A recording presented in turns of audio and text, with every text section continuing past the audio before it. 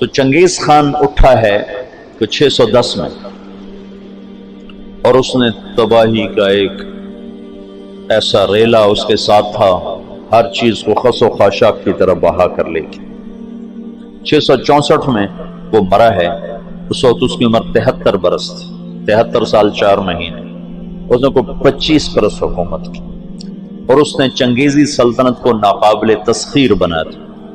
یہ دنیا کا واحد جرنیل ہے، رات بھی بتایا تھا، جس نے شخصی طور پر تنہا سب سے زیادہ فتوحات کی ہیں، اور اس کا کوئی علم عطائی تھا جنگوں کے بارے میں، ملک گیری کے بارے میں، جہاں گیری کے بارے میں اس کا علم عجب تھا۔ اس کی برق رفتاری، اس کی ذہن کی تیزی کمال درجے کی تھی۔ قبائل کو ایسے اس نے جوڑ دیا تھا، سب ایک جھنڈے تلے مختلف قبائل جمع ہو گئے تھے، اور دنیا کی ناقابل تسخیر طاقت بنے۔ اور قراقرم صحرائے گوبی میں منگولیا کے پاس ایک بڑا شہر اس نے بنایا، دارالحکومت، جو ساری دنیا کا سب سے بڑا دارالحکومت تھا، اور ان کا بڑا نشانہ مسلمان تھے۔ جب مسلمانوں سے زیادتی ہوئی تھی، جس کے بدلے میں چنگیز خان نے ان پر حملہ کیا تھا۔ چنگیز خان کے مرنے پر اس کی سلطنت، اس کے 4 بیٹے تھے۔ بڑا جوجی تھا، جوجی کے بارے میں اسے شک تھا کہ یہ میرا بیٹا نہیں، کہ اس کی جب یہ چھوٹا سردار تھا تو اس نے بڑی شکستیں کھائیں، حتیٰ کہ اس کی بیوی اغوا ہو گئی۔ جب وہ واپس آئی تو حاملہ تھی، لیکن اس نے بورتائی خاتون اس کا نام تھا، اس نے ہمیشہ اس کو عزت دی اور اس بیٹے کو اپنا ہی بیٹا سمجھا، اس کا نام جوجی۔ 3 بیٹے اس کے سامنے پیدا ہوئے، اغدائی، چغتائی اور طولوئی۔ تو اس نے اغدائی کو اپنا جانشین بنایا، اور جوجی کو روس کی سلطنت دی، روس کی، اور چغتائی کو اس نے منگولیا کی طرف کا اور چین کی طرف کا علاقہ دیا، اور جو طولوئی تھا اس کو یہ نیچے آذربائیجان سے نیچے ایران اور یہ شام، یہ علاقے اس نے 4 حصوں میں اس نے اپنی سلطنت کو تقسیم کیا، اور اغدائی کو سب سے بڑا سردار بنایا۔ اغدائی کے دور میں فتوحات کا رخ مسلمانوں سے ہٹ کے یورپ کی طرف چلا گیا، تو ان کا ایک سالار تھا سوبدائی بہادر، سوبدائی، وہ پولینڈ تک پہنچا، پولینڈ تک، لیکن اس میں کوئی ایسی سلطنتیں تھیں نہیں، ایسی چرواہے سے بیچارے غریب لوگ، تو وہ پولینڈ تک اس نے چنگیزی سلطنت کو پھیلا دیا۔ اب یہ وہ ہاتھی ہے جس کے سامنے ساری دنیا کے بادشاہ چیونٹی اور چوہے کی طرح، انہیں میدان جنگ میں ہرانے کی کوئی شکل نہیں۔ تو اسلام کی شکل یوں تھا کہ اب بجھا، اب بجھا، اب بجھا، لیکن اللہ نے دین کو باقی رکھنا ہے تو انسانوں کو بھی باقی رکھنا ہے جو مسلمان کہلائیں۔ جب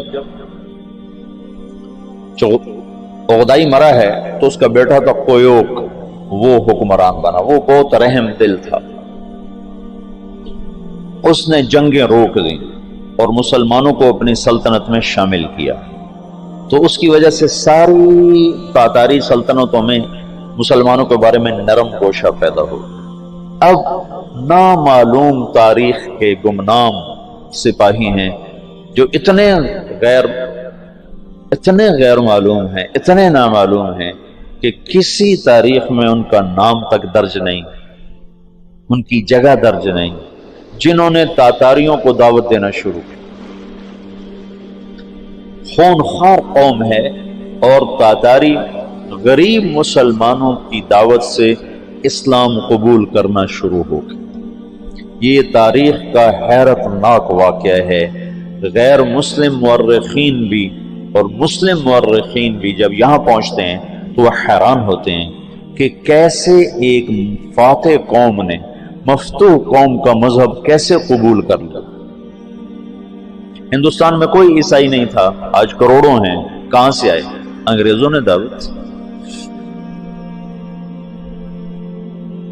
اندلس سے سارے مسلمان مٹ گئے، سب عیسائی ہو گئے، کیسے؟ طاقت عیسائیوں کے ہاتھ میں۔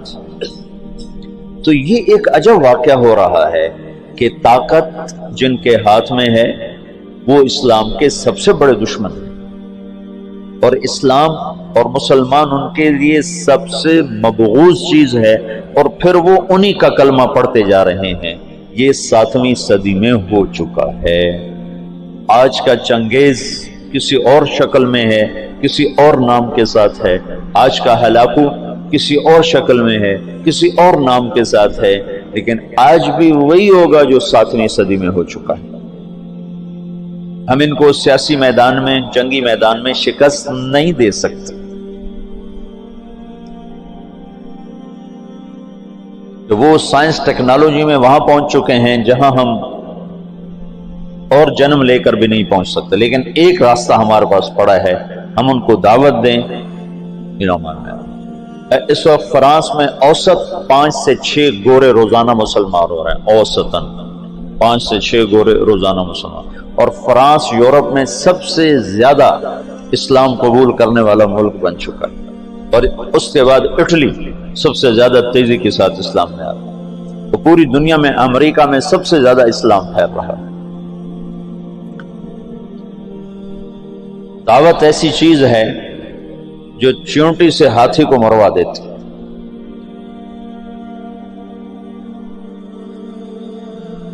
اس کی نرمی سے کچھ دل نرم ہوئے اور اسلام داخل ہونا شروع ہوا۔ تو کویوک جب مرا ہے تو اس کا بعد طلوئی کے 4 بیٹے تھے، ایک قبلائی خان، ایک منگو خان، ایک بوکا خان اور ایک ہلاکو خان۔ تو اس وقت جوجی کا بیٹا ایباقا وہ سب سے بڑا سردار تھا تاتاریوں میں، تو انہوں نے مشورہ کیا کہ اب ہم کس کو اپنا خاقان بنائیں، تو ایباقا نے منگو خان کے بارے میں کہا کہ اس کو اپنا خاقان بناؤ۔ منگو اسلام دشمن تھا، اس کے دور میں بغداد تباہ ہوا ہے۔ جب بغداد پہ حملے کا لشکر نکلا ہے تو یہ جو مسلمان دائی تھے یہ جوجی کی نسل میں اپنا کام دکھا چکے تھے، اور جوجی کا پوتا برکا خان مسلمان ہو گیا۔ ان کی دعوت پر ایک وزیر مسلمان ہوا۔ وزیر کو جب موقع ملتا برکا خان کو اسلام کے فضائل سناتا، اس کو باتیں بڑی اچھی لگتی، پھر وہ پوچھتا تمہیں یہ باتیں کون بتاتا ہے؟ تو پھر وہ بڑے مناسب طریقے سے کہتا کہ یہ مسلمانوں کا دین ہے، یہ مسلمان بتاتے ہیں۔ پھر اس نے کہا مجھے مسلمانوں کا کوئی وفد ملاؤ۔ پھر ایک وفد اس سے ملا، انہوں نے اسلام کی دعوت دی، اسلام کے بنیادی اصول بتائے، تو برکا خان مسلمان ہوا۔ روس آج بھی دنیا کی سب سے بڑی سلطنت ہے، اس وقت بھی روس بہت بڑی سلطنت تھا، تو جتنا روسی مغل تھا اور چنگیزی تھا وہ برکا خان کی برکت سے سارے کا سارا مسلمان ہو گیا۔ کوئی تلوار نہیں۔ ہلاکو جس نے بغداد کو تہ تیغ کر کے رکھ دیا، 15 لاکھ آدمی ذبح کر دیا۔ 658 میں پھر اس نے مصر پہ چڑھے، اس دوران حلب، شام، دمشق کو اس نے اینٹ سے اینٹ بجا دیا۔ پھر 658 میں وہ دمشق مصر کی طرف حملہ آور ہوا۔ تو مصر پر اور ہندوستان پر، حالانکہ یہ دونوں ملک کے لوگ کو اتنے دلیر نہیں تھے جتنے کہ شام، عراق، یہ جو جنگجو قومیں تو یہاں تھی، عرب، اور مصر تو مخلوط قوم تھی، ہندوستان مخلوط قومیں تھیں، لیکن کوئی اللہ کی قدرت ہے، نہ ہندوستان پہ مغل حاوی ہو سکے نہ مصر پہ حاوی ہو سکے۔ دونوں جگہ ہندوستان والوں نے تو طاقت سے، اور اللہ کی مدد تو دونوں کے ساتھ تھی، اور مصر والوں نے سیاست سے۔ 658 میں ہلاکو خان نے مصر پہ حملے کے لیے فوج نکالی تو اس کا بھائی منگو خان مر گیا۔ منگو کے مرنے پر یہ قانون تھا کہ جو تاتاری جہاں پر ہے، جب خاقان اعظم مر جائے تو سب قراقرم پہنچیں تاکہ اگلے خان کا انتخاب کیا جا سکے، اگلے خاقان کا انتخاب کیا جا سکے۔ تو وہ وہاں سے نکلا، تو اس کی بیوی تھی وہ عیسائی ہو چکی تھی، دوقوزہ، اور اس کا سالار تھا کتبوغا، وہ بھی عیسائی ہو چکا تھا۔ وہ مسلمانوں پر بہت ظلم اٹھاتے تھے، بہت ظلم اٹھاتے تھے، اور ان دونوں نے بڑی کوشش کی کہ ہلاکو خان عیسائی ہو جائے، لیکن وہ عیسائی نہیں ہوا۔ تو انہوں نے اس کی منت کی کہ تم واپس نہ جاؤ، مصر کو فتح کر لو۔ وہ تو مر گیا، اب تو پہنچ بھی نہیں سکتے ہیں، تو تم بعد میں جانا، پہلے مصر فتح کرو۔ اس نے کہا نہیں، یہ چنگیز خان کا قانون ہے، میں اسے پورا کروں۔ اور اس نے ایک لشکر کا حصہ شام میں چھوڑا، فلسطین میں، اور 2 حصے لے کر وہ واپس چلا گیا قراقرم کی طرف۔ تو اس موقع سے فائدہ اٹھا کر مصر والوں نے خود حملہ کر دیا۔ تو عین جالوت پر 658 میں رمضان میں یہ جنگ لڑی گئی، اور 40 سال کے بعد مسلمانوں کو پہلی فتح نصیب ہوئی۔ اور اس میں قطبوغا گرفتار ہوا، تو وہاں مصر میں اس کو ٹکڑے ٹکڑے کر کے ختم کیا گیا، پر وہ ایسا کم وقت تھا کہ بوٹی بوٹی ہو گئے، پر اس نے سی نہیں کی، اف نہیں کی۔ انہوں نے کہا کیا تاتاری عورتوں نے بچے جننے بند کر دیے جو میرا کوئی بدلہ نہ لے گا؟ میرا بدلہ لینے والے ضرور آئیں گے، لیکن اللہ نے وہ موقع نہ دیا۔ برقع خان ایمان لا چکا ہے۔ جب ہلاکو چلا ہے، وہ قراقرم کے قرولتائی اس کو کہتے تھے، قرولتائی کانفرنس، اس کانفرنس کے لیے چلا ہے، تو اس وقت قبلائی طولوئی کے 4 بیٹے تھے، تو منگو بنا تھا، تو منگو کی جگہ بوقا خان موجود تھا قراقرم میں، وہ خود ہی خاقان بن گیا۔ تو قبلائی کو پتہ چلا، تو وہ پھر فوج لے کر آیا، اور اس نے اپنے بھائی کے ساتھ پہلی دفعہ تاتاری آپس میں لڑنا شروع ہوئے، اور ان کی ہیبت میں کمی آئی، اور قبلائی خان نے بوقا کو شکست دی اور قراقرم پہ قبضہ کیا۔ پھر ان بھائیوں میں آپس میں بہت لڑائیاں ہوتی رہیں تخت کے لیے۔ آخر میں قبلائی خان غالب آیا، اور اس نے اپنے بھائی کو قید کر لیا، پھر قید میں وہ مر گیا بوقا، اور اس نے قراقرم کی بجائے چین کو اپنا دارالحکومت بنایا، چین فتح کیا اور چین کو اپنا دارالسلطنت بنایا۔ جب ان جنگوں سے فارغ ہوئے تو ہلاکو خان نے حملہ کیا مصر پر، تو برقع خان کو خط لکھا رکن الدین بیبرس نے کہ تم ہماری مدد کرو، تم بھی مسلمان ہو، ہم بھی مسلمان۔ تو پھر برقع خان نے ہلاکو کو خط لکھا کہ تم مسلمانوں پہ حملہ نہ کرو ورنہ میں تم پہ حملہ کروں گا۔ تو ہلاکو نے اسے خط لکھا کہ تم نے چنگیز کا قانون نہیں پڑھا کہ تاتاری آپس میں نہیں ٹکرایا کرتے؟ تو اس نے اس کو جواب دیا کہ وہ بھی کافر تھا، تو بھی کافر ہے، تو حملہ کرے گا میں تیرے پر حملہ کروں۔ جب وہ مصر پہ حملہ آور ہوا تو برقع خان ہلاکو پہ حملہ آور ہوا، تو اس نے ہلاکو کو شکست دی،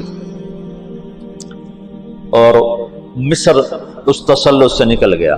پھر ان دونوں بھائیوں کی چچا زاد بھائیوں کے آپس میں لڑائیاں ہوئیں، جس میں ہلاکو کو آخر میں شکست ہوئی، اور اس غم سے وہ بھی 42 سال کی عمر میں فالج کے مرض سے مر گیا۔ اس کا پوتا ہلاکو کا پوتا نکودار اس کا نام تھا، پہلے وہ عیسائی ہوا، عیسائی، اور اس نے اپنا نام نکودار رکھا۔ یہ نکودار خاقانی نام نہیں ہے، لیکن بعد میں اللہ نے اس کو اسلام کی دولت دی تو مسلمان ہو کر اس نے نام احمد خان رکھا۔ ہلاکو کی نسل میں اسلام داخل ہو گیا۔